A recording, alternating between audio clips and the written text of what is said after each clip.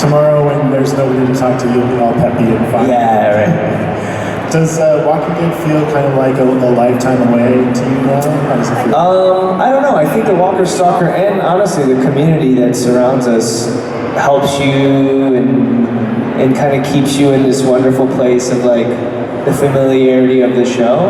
And so it doesn't feel like a lifetime away. It still feels very much a part of my life. And so I appreciate that. But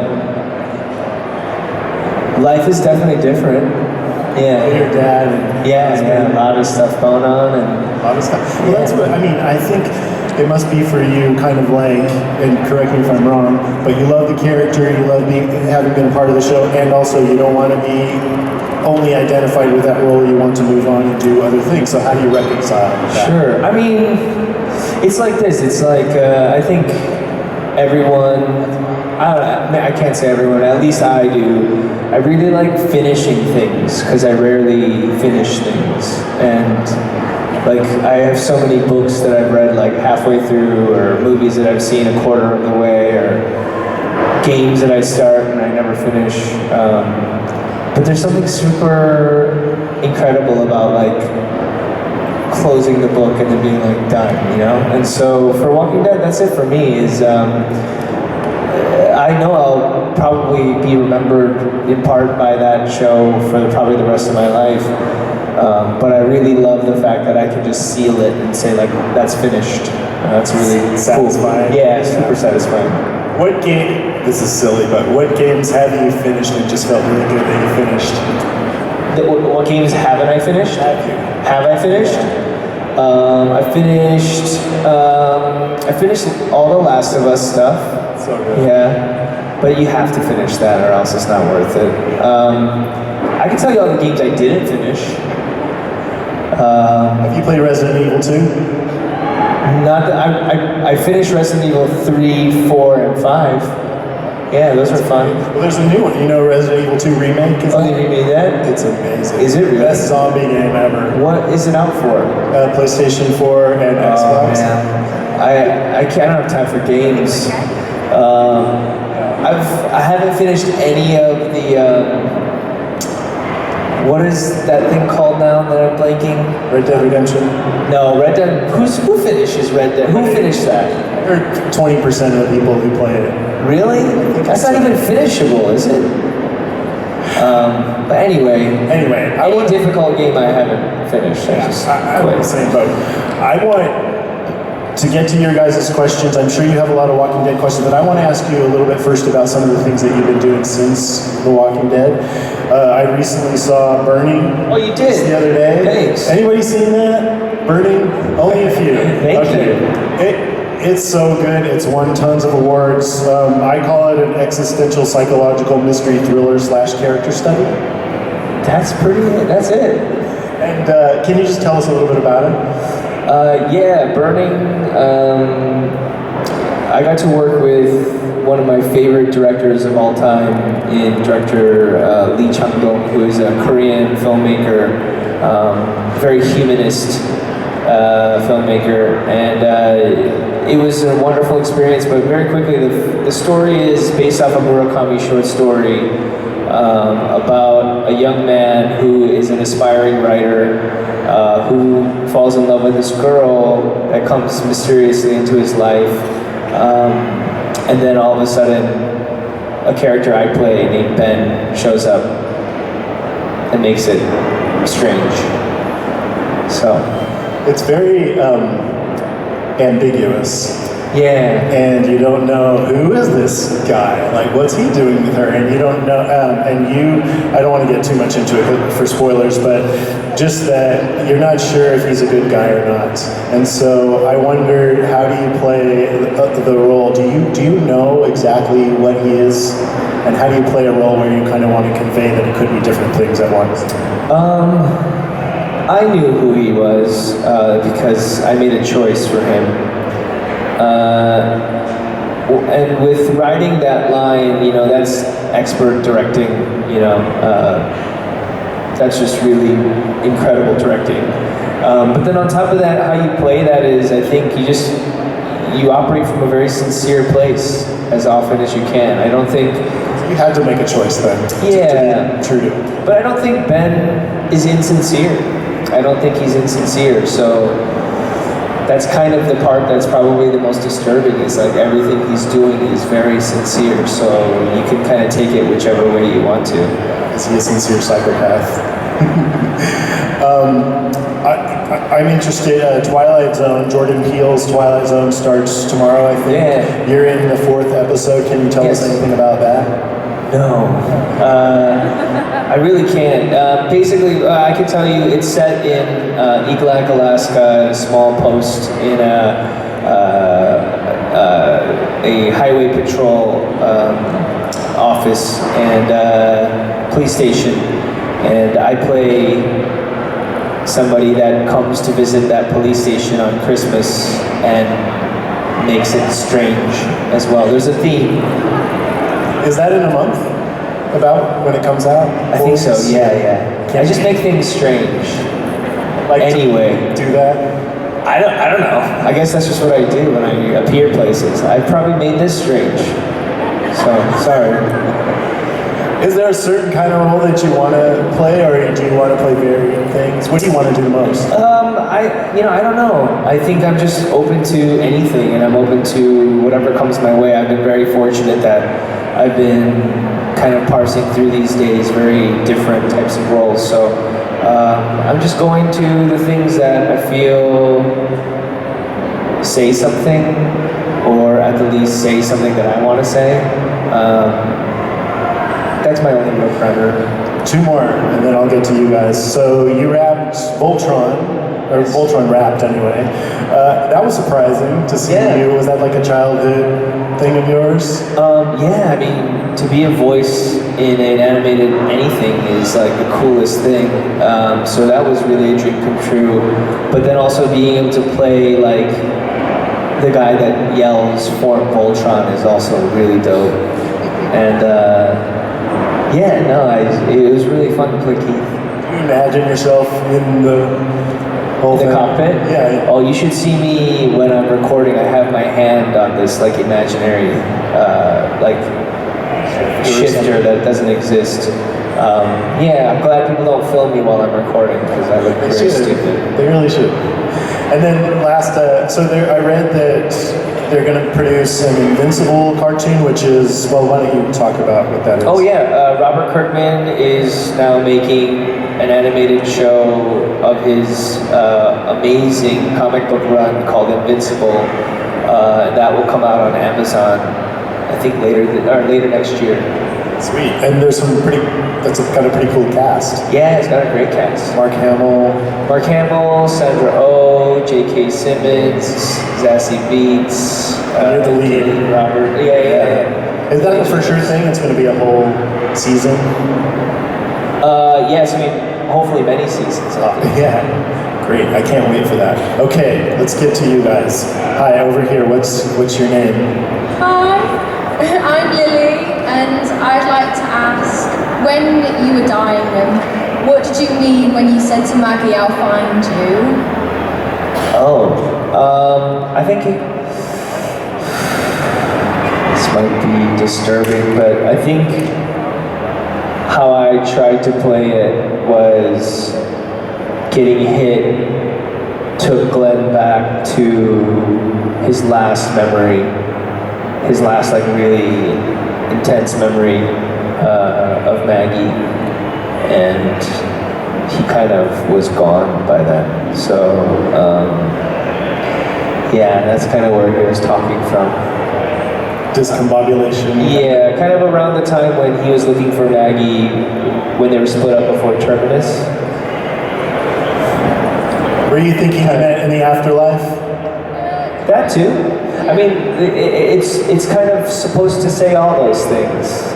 I think Glenn is on that search for the person he loves, and he has her and he's found her, but also he just got hit in the face really hard.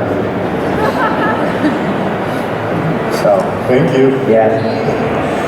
When a lot of people quit watching The Walking Dead after that episode, how does that make you feel?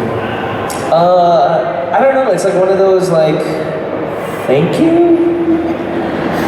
I guess like Compliment. it's a compliment, but also you don't want the show to not be seen. Like you want the show to go on. So I don't know. I say like a confused thanks. Yeah, that's usually my response. Yep.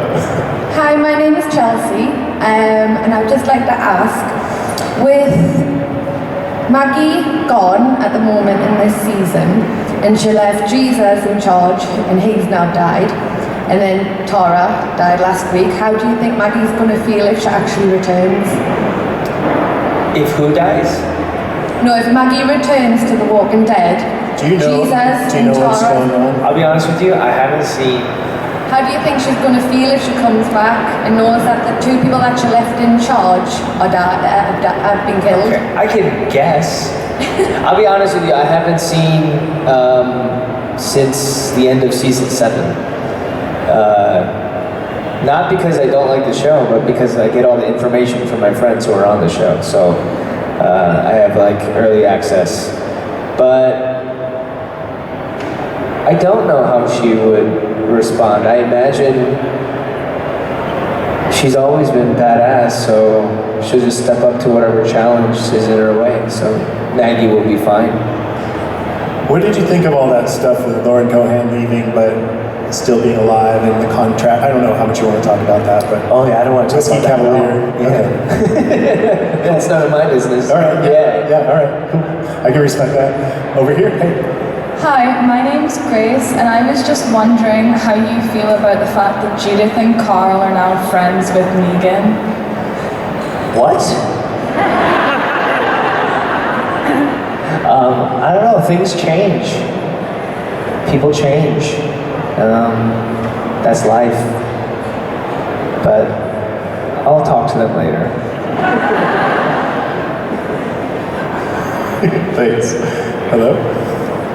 Hi, my name's Anton. Hi. And I just want to say you were my favourite and you always will be my favourite. I appreciate that. Thank you. My question is, if Negan didn't kill you, how do you think Glenn would have dealt with all the things that have happened since? One more time. If Negan hadn't killed me, If he hadn't killed you, how do you think Glenn would have dealt with everything since that happened? oh, now I wish I kept watching. I would be able to answer this question better.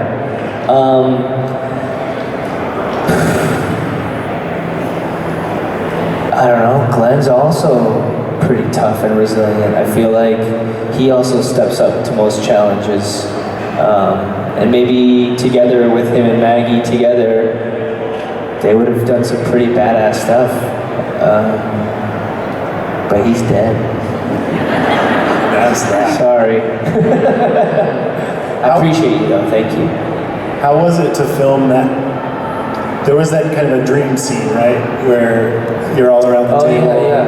And there's the baby, your baby there. What was it like to film that? That was cool. That was probably the saddest part to film. Could have been. What could have been. Yeah, but also just like getting a taste, not even a taste of what could have been, but like also just like physically having all the actors in one space at a table, which we haven't had in maybe the entire run of the show for a long time, like except for like the very beginning. And so that was pretty cool and surreal. So yeah, it was fun to shoot it, but yeah, when you look around, you're like, everyone was always like looking. We would look around and be like, oh man, like this is sad. It's like when you, right before you leave school, right, you graduate, you know this is going to be the last time you see each other. Yeah. When you come to the conventions, who are you most, well, I don't know, who do you like to see? Like, who are you looking forward to seeing? I see everybody. You know, I kind of talk to a bunch of people everywhere here and there. I run into people outside of these, just random anywhere. So I don't know. I feel like we're all so well up on each other's lives these days that someone's like, hey, what's up? Yeah. What about the new characters? Do you like go up and introduce yourself? Oh, no, I don't. No, don't. No, I was joking. I've had the pleasure of meeting a lot of them, and they're really wonderful. So, you know what really makes me happy is like that the show continues to employ really kind and generous and really wonderful people as well as actors. So, you know, the legacy of the show I think is in good hands. Yeah, it's like you and Andrew Lincoln and everybody set this vibe for the show that seems to be carrying forward even after you leave. It's in the DNA. Is it weird for you to think of this thing going on without? I think half the characters that are in the show now were not in it when you were on it. It's going to evolve to the point where there's going to be none. Yeah, how does that feel to you? I mean, that's nothing lasts forever. I don't know. Maybe I'm just 36 right now and with kids, and I'm realizing that everything just changes, but that's kind of the same feeling of like closing a chapter of a book.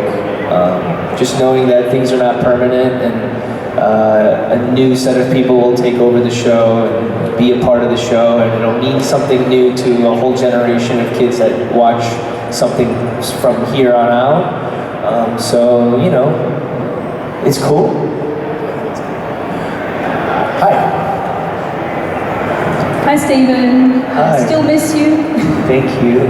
I just want to ask if that thing that happened didn't happen and we still had Maggie and Glenn together and we had the 6-year time leap, would we have that table moment in Alexandria? Do you think you both would have moved to Hilltop, or do you think you may have moved to another area or settlement as a Man, I have no idea. I mean, there's so many options, but I think what would have happened is definitely Glenn and Maggie would have tried to forge their own path. I think that would have been real. Maybe they would have gone to Hilltop, maybe they would have stayed in Alexandria, just kind of carved their own space there. But I don't see them abandoning their group. I don't see them like just up and leaving, but I do see them growing and moving on beyond kind of what they're expected to be. Thanks. Hello? Hello, Hey, I am Negan. you are? Well, sometimes. Oh, okay.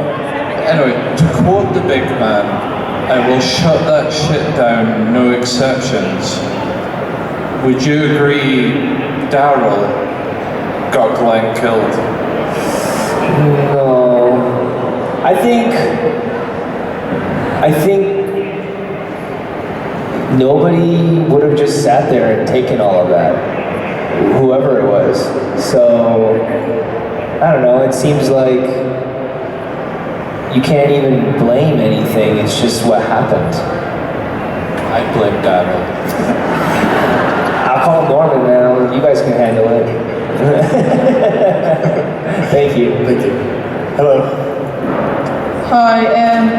Hi Stephen, I was just going to ask if you had a chance to go back to the show, would you take it? If I had the chance to go back to the show? Oh, they say it here. That's cool. No, like I said, I'm really happy with the finish of the chapter of that life. You know, I think sincerely to be able to like end something is like the greatest feeling in the world. And I don't know. I'm sure. Have you played a bunch of games in your life? Video games? Yeah. Isn't it awesome when it's game over and you win? Yeah. And you don't want to play it again. Right? I mean, I want to watch it again, and I want to talk to my friends and experience the idea of it again. But that game is hard, and I'm different now, and you know. So, yeah, I think that's just kind of the show in and of itself. Is we all just kind of move forward. Thank you. Yeah, thanks. What's the thing that you've done since, or at any time, that you would most love it if people watched? The thing that you've done that you would most love it if, say, your Walking Dead fans would go check out? I don't know if I have one. I think whatever whatever I've done, if you like my work and you guys go and watch it, that's really awesome. So I've made a lot of different eclectic things. So please find any and all of them if you can. Yeah. Over here, yeah. Hi, I'm Nadja. Firstly, I just wanted to say congratulations on your kids because you're having another baby. Thank you.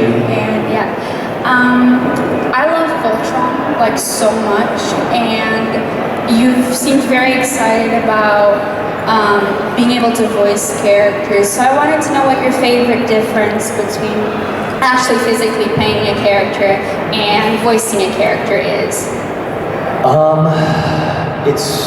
It's pretty different. I think when you embody physically a character like Glenn or like any live action thing, sometimes you can encode your body into really turning into that person, even if it's just slight. Whereas with voiceover, there's always this microphone and this booth and kind of reality showing you that this is a voice you're putting on. And what's great about being in a booth though is that you can really shut out the outside world and just go inside your mind, and you can imagine being the character, but then you can also leave it because it's not in your physicality per se. But you know, 7 years of getting sprayed by gunk and then rolling around in the dirt and being in Glen clothes and being in Georgia hot summer every single day for 7 years, that'll turn you into A voice actor. Glenn, yeah, or a voice actor, yeah. So yeah, there's a pretty big difference, but I think the essence of the character I still try to tell very truthfully, if I can. Thank you so much. Yeah. Yeah, the thing that always seems strange to me about voice acting is that you usually aren't with the other actors. Is that right? So doesn't that take away from getting that feedback? Yeah, it does. Some productions do have actors record with other actors as well, and that's really wonderful. But that's a whole nother skill because you can't really over talk each other. You have to like really isolate each thing. And sometimes they record it that way, but rarely. Not Voltron, I would imagine. Voltron, we actually did record it with like 6 of us in the booth all the time when we could, but as seasons progressed, it was harder and harder to get us all in the same room at the same time. So, yeah, it's cool. I would imagine if you're not recording together, it would be tricky to match the tone and energy. That's what the directors are for. Yeah. Yeah. Hi, over here. Hi. So I was wondering if there's one thing that Glenn taught you personally, and what advice would you give Glenn if you could talk to him? I think Glenn taught me about perseverance, and I think Glenn taught me about knowing how to look on the bright side of things. And I know these are very classic cliches, but those are very honest and truthful too. Sometimes as an actor, I would read a Glenn line and I'd kind of be like, oh my God, all this stuff has happened and how can he think of the world this way? Like I almost don't feel right saying these words because how can you be optimistic at a time like this? And ultimately I'd have to say those lines and I'd have to justify it. But then when I would say it, it would just feel right. Glenn, being in Glenn character like that felt right to say. And I think that's a really cool way of knowing the world, you know, that you are also creating the world as you speak it and as you live it. You know, one thing can happen to you and you can either choose to look at it completely negatively or you can look at the positives of that situation. I know that's difficult, but if you can look on the positives, it really does shift your worldview and it really does shift your the way that you approach life. And that's a lesson that I learned from him for sure. I don't know if I could offer him any lessons. I think he's kind of better than me. You know, like Glenn's a pretty cool character. Oh, I appreciate that. Thanks. Yeah, I mean, I think if you're playing character that's got a lot of negativity going on, say, or is not a good person, that as an actor you might want to try to go home and get rid of that emotion, take that away. So conversely, if you're playing someone like Glenn that you actually admire those characteristics, then do you just kind of let them stay with you or something? I think the goal should definitely be to like try to wash those things out anyway, whoever it is. Just for like your sanity? Yeah, to be a normal person. But I think also you pick and choose. I think bad characters also lend itself to great lessons about yourself as well. I learned a ton from playing Ben in Burning. So like what? Probably stuff that just personal to me. But when you do play characters that are maybe on the darker side, they can really open up parts of you that you didn't know that you could access and give you strength and power that you kind of have to balance, you know? There's no good or bad per se, it's just balance. If you channel the power in a different way. Yeah. Hi Stephen, big fan. Thank you. When we know that Glenn was a very moral character, how would it have been if it was Maggie on the end of Lucille, and how would he have treated Negan when Rick kept him alive? I think if Maggie would have died, especially with the unborn child, Glenn would have been broken. I think he would have broke. And I think it is, honestly, I don't say this just to say this, like I think it is a woman's strength to like persevere through those moments that I don't think, not to say all men couldn't, but just to say women are strong, and I feel like Maggie against Glenn in that moment is the better candidate to like continue to thrive. And Glenn might have just broke right there. If I would be real. I imagine you said you saw the rest of season 7, and Lauren Cohan's performance I thought was pretty moving, her reaction to that. Yeah. How was it for you to watch that? Yeah, she's wonderful. She's an incredible actor, and she wore all that pain on herself, and that's a very hard thing to do. But I've seen my own wife persevere through things that I look at, I was like, I'd never be able to handle that, and she just does and deals with it. So I'm just, maybe Glenn's better than that, but that'd be pretty rough to see your wife and your unborn child. Yeah, so I try not to imagine that. Too much? Yeah, too much. Hey, over here. Good afternoon, Mr. Yeun. How are you? I'm Lenara from Washington, D.C. Forgive me, I'm jet lagging like you are. Cool. And I just got new contacts, so I can't see you. Great. So I'm looking at the screen. I didn't want you to think I was being disrespectful by not looking you in your face, but I can't see you. I just wanted to tell you I've been boxing for Glenn, Total Team Glenn, for quite a while. I convert people to the show, and I use you. I say, watch Glenn. He is the badass of the show. When they say Rick or Daryl, I say no. Rick is seeing dead wives. Rick is hearing phones ringing.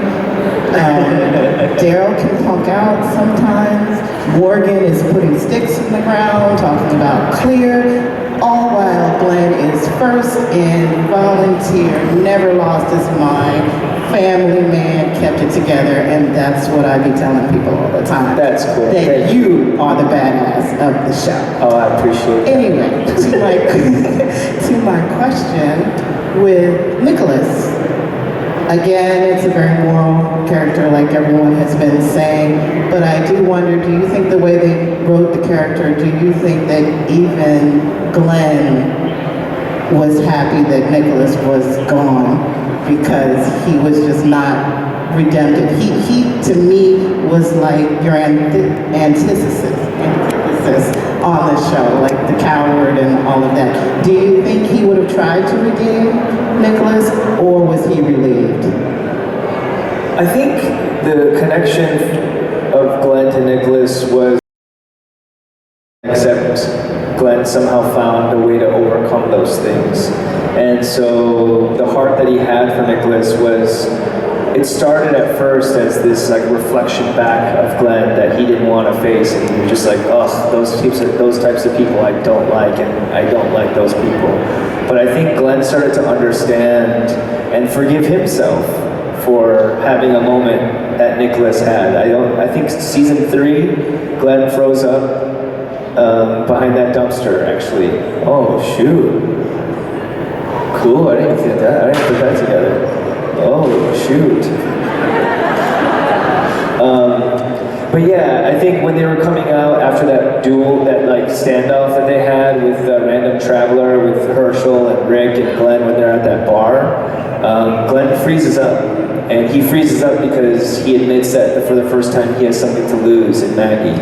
And that's probably a moment where he was like, oh, this is me at my weakest. And he saw what Nicholas was going through, and I think he could really empathize with that. And so I don't know if he was incredibly happy that Nicholas couldn't make it out, that the road that Nicholas chose to take was the one of ending it, quitting it. I think Glenn definitely had a heart for Nicholas and was hoping that he could persevere through it all just like he did. Thank you. Yeah, thanks. It always got me how, during that time especially, Michael Trenor would come to the conventions and get booed.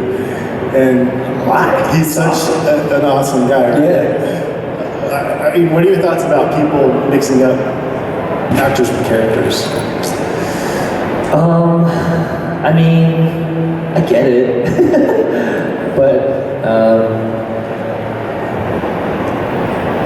we're just actors. I don't know. I don't even know how to get on that. I think, I don't know. Beyond even getting that deep, I think for me, what your question kind of begs for me is, what I think was the beauty of the show is I know that it's really easy and fun to compartmentalize each of these characters to say this one's the bad one, or this one's the cowardly one, or this one's the cool one, or the good one. And I know that's kind of how our world functions, but really, like, the beauty of Walking Dead was that you could find humanity in every single one of these characters, whether they were weak or strong or brave or cowardly, whatever it was, there was some semblance of us that you can definitely empathize with. And, it is easy to boo or, not like a certain type of person, but all those people are broken just like every other person in that place. And that was what was so interesting and fascinating for me to be part of that show, was just to see a portrayal of all these broken people that are deciding to carry on and the burden that they carry with them in this post-apocalyptic world. So, I mean, you could shit on Nicholas, but that guy's still alive and the world looks terrible. And so, will we be able to do that? I don't know. Maybe a bunch of us would opt out in the first week, but people move on and carry on, and we're all messed up. I think that's a good place to end it. Yeah, sorry, I got so deep. No, it's great. My bad. I love that sentiment. I love that sentiment about not just pegging people, right? Everybody's got their humanity. Let's not end it on people. Let's take one more question. Okay, over here. Hey, one more. Maybe something about farts? No, unfortunately. Okay. I'm Kira. Can I just say firstly, you're my favorite character ever. Thank you. And my sister is back there. She loves you as well. You said you played The Last of Us, yeah? Yeah. Which world do you think would be harder to live in, The Last of Us world or The Walking Dead? And also, who do you think would win in a fight, Ellie and Joel or Carl and Rick? Ooh, dang, that's a good question. I would say it's harder to live in The Last of Us world because they're scarier and they scream and they run at you. It's terrifying. And then the big ones explode. Just not cool. But I would say Rick and Carl would win. Mm-hmm. I feel like the other two have sensed and seen loss, just like Rick and Carl have. But Rick and Carl have done some crazy, gnarly things. Yeah. Thank you. Yep. And that's where we're going to end it. So everybody, thank Stephen Yeun. Thank you so much. Thank you. Appreciate your time, sir.